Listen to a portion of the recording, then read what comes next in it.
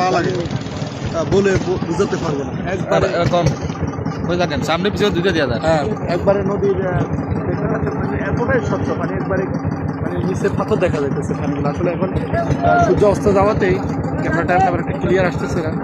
আমরা নৌকাতে আছি, আলহামদুলিল্লাহ আমাদের খুব ভালো লাগতেছে। আল্লাহর এই সৃষ্টিগুলো দেখতে আসছি।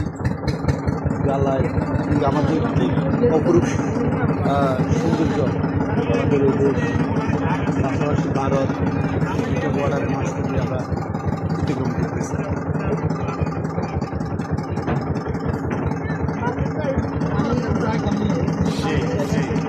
আমি স্যার হ্যাঁ, উনি লক্ষ্মীপুর থেকে এসছে সিলেটে আসার জন্য, এই সুন্দর দৃশ্য দেখার জন্য লক্ষ্মীপুর থেকে আমাদেরকে কি সাইকেলে করে চলে এসছে।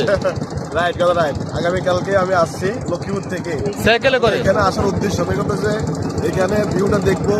আসলে এটা অত্যন্ত সুন্দর একটা জায়গা, সেই এটা দেখার জন্যই আসছি। আল্লাহ তাআলার সৃষ্টি যত সুন্দর, যখন ঘুরে মানুষের তখন তো আল্লাহকে সহজে চেনা যায়।